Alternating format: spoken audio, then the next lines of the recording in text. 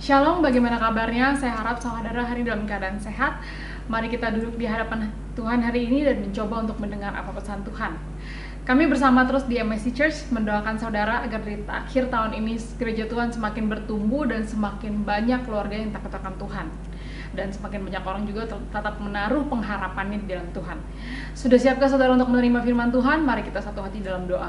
Terima kasih Tuhan untuk kesempatan hari ini. Hamba-Mu berdoa Tuhan, biar Kau bukakan hati pikiran kami untuk bisa menerima Tuhan apa yang menjadi isi hati-Mu, dan juga kami berdoa Tuhan biar setiap benih yang ditanam akan berbuah dan bertumbuh menjadi buah yang manis dalam kehidupan mereka. Dalam nama Yesus, amin. Minggu lalu kita belajar bahwa karakter dan identitas Tuhan itu baik. God is good all the time. Di dunia ini tidak ada yang bisa memberikan kebaikan yang sesempurna dan sekonsisten Tuhan. Saudara bisa klik out minggu lalu untuk lebih jelasnya. Hari ini kita akan melanjutkan apa sih tandanya kebaikan Tuhan. Khotbah hari ini saya beri judul Evidence of God's Goodness. Bukti nyata kebaikan Tuhan.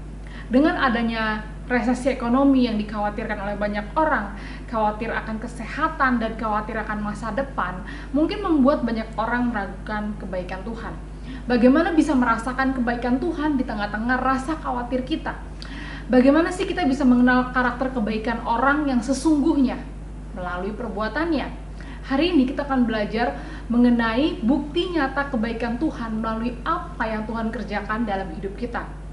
Mazmur 34 ayat 8 katakan, "Kecaplah dan lihatlah betapa baiknya Tuhan itu. Berbahagialah orang yang berlindung padanya. Taste and see that the Lord is good." Mazmur ini diucapkan oleh Daud pada saat dia diluputkan dari musuhnya. Daud pada waktu itu sedang dikejar-kejar oleh Raja Saul. Daud dan anak buahnya dalam pelarian sampai ke kota Nob. Nob ini adalah kota tempat tinggalnya para imam di Yerusalem. Dia menemui Imam Abimelek dan minta untuk diberikan roti dan pedang untuk dia dan anak buahnya. Dia katakan kepada Imam Abimelek bahwa dia itu sedang ada misi khusus dari Raja Saul dan tidak ada yang tahu. Padahal dia sedang dalam pelarian dari Raja Saul. Akhirnya Imam Abimelek memberikan mereka roti dan pedang Goliat yang tadinya berhasil dikalahkan oleh Daud kepada Daud. Maka selamatlah dia dan anak buahnya, dan dia mendapatkan makanan dan didoakan juga oleh para imam. Setelah itu dia lari ke kota Gat, salah satu kota kekuasaan Filistin, yaitu kota musuh. Di pintu gerbang kota dia malah bertemu dengan raja kota Gat, yaitu Akis. Anak buah Akis ini mengenali Daud dan bilang kepada Raja Akis, "Bukankah ini Daud yang mengalahkan berlaksa-laksa?" Kemudian Daud ketakutan sekali sampai dia pura-pura jadi orang gila. Dia menggores-gores pintunya dan air liurnya sampai ke janggutnya. Dan akhirnya dia selamat lagi. Setelah itu dia katakan, "Taste and see that the Lord is good." Kecap dan lihatlah betapa baiknya Tuhan. Daud sudah mengalami begitu banyak kesulitan dan Tuhan meluputkan semuanya. Maut sudah berkali-kali di depan mata. Di tengah-tengah masalah yang belum selesai, dia melihat bahwa Tuhan itu baik. Penyertaan Tuhan tidak pernah putus kepada orang yang berharap kepadanya. Setiap doa yang dipanjatkan Daud itu selalu memberikan dia penghiburan dan kemenangan.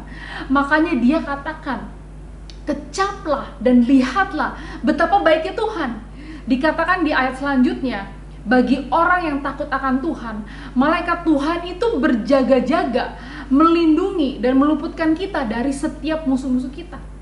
Pada saat saudara pernah merasakan Tuhan beserta saudara di saat masa sulit, masa senang, dan di saat tidak ada satu orang pun yang bisa menolong saudara, tapi berhasil melewatinya, maka saudara bisa yakin sumber pengharapan saudara adalah Tuhan. Mungkin penyakit saudara belum sembuh, tapi saudara masih bisa membayar bil rumah sakit. Mungkin hutang saudara belum lunas, tapi kebutuhan saudara itu selalu terpenuhi, tidak pernah kurang. Mungkin usaha saudara itu belum membuahkan hasil, tapi usaha tersebut masih berjalan sampai sekarang. Apa bukti nyata bahwa Tuhan itu baik? Yang pertama, melalui penciptaan. Tuhan ciptakan bumi dan isinya untuk menyatakan kebaikannya kepada manusia. Mazmur 33 katakan bumi ini penuh dengan kebaikannya Tuhan.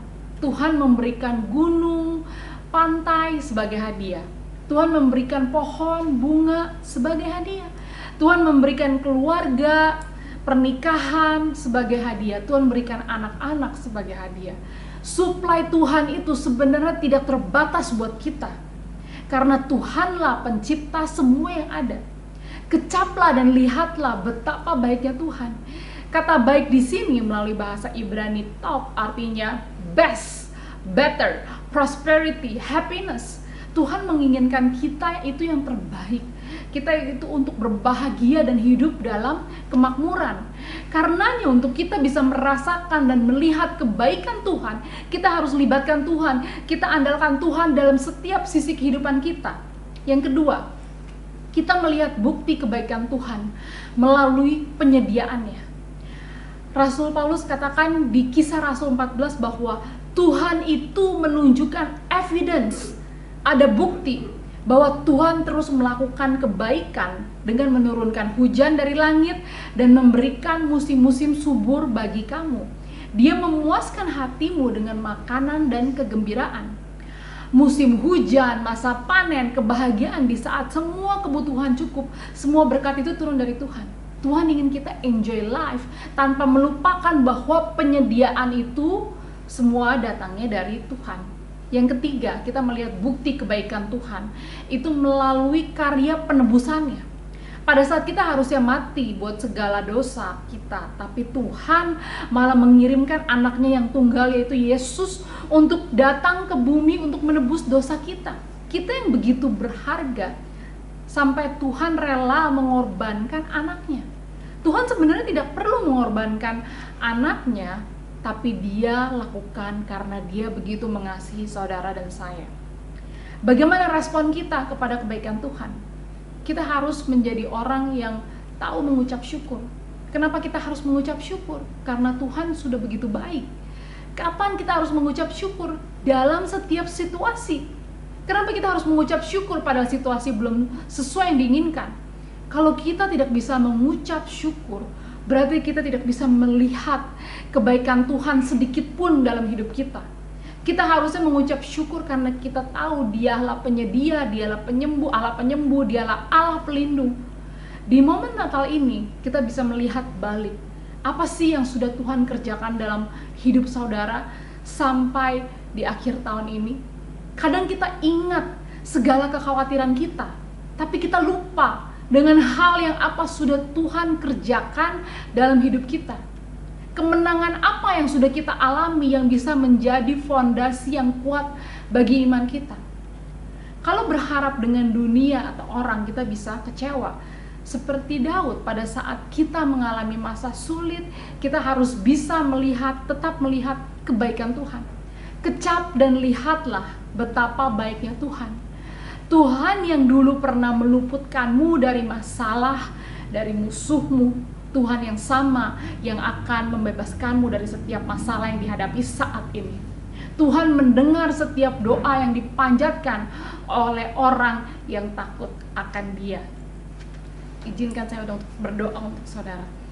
Terima kasih Tuhan untuk hari ini hamba-Mu berdoa untuk setiap yang menonton hari ini. Tuhan bisa merasakan kembali suatu kasih Tuhan yang begitu luar biasa, yang begitu abundant, yang begitu baik dalam kehidupan mereka. Biar mereka bisa mengingat, mengucap syukur atas setiap berkat yang sudah Tuhan berikan kepada mereka. Dan hamba-Mu berdoa Tuhan agar penyediaan-Mu, penyertaan-Mu tidak pernah putus dalam kehidupan kami semua Tuhan. Dan hamba-Mu berdoa Tuhan agar kiranya Tuhan yang dulu pernah memberikan kemenangan kepadamu akan memberikan kepadamu kemenangan-kemenangan lainnya. Dan biar tidak lupa dan tidak selalu ingat akan kebaikan Tuhan dalam hidupmu, sehingga kau bisa melihat kemenangan-kemenangan yang akan ada di masa depan, yang sudah disediakan Tuhan bagi orang yang takut akan Dia. Terima kasih Tuhan, hamba-Mu berdoa Tuhan agar setiap kami akan penuh dengan pengharapan yang baru di dalam Tuhan. Di Di dalam nama Tuhan Yesus kami berdoa. Amin. Thank you for watching. See you next week. Tuhan Yesus memberkati.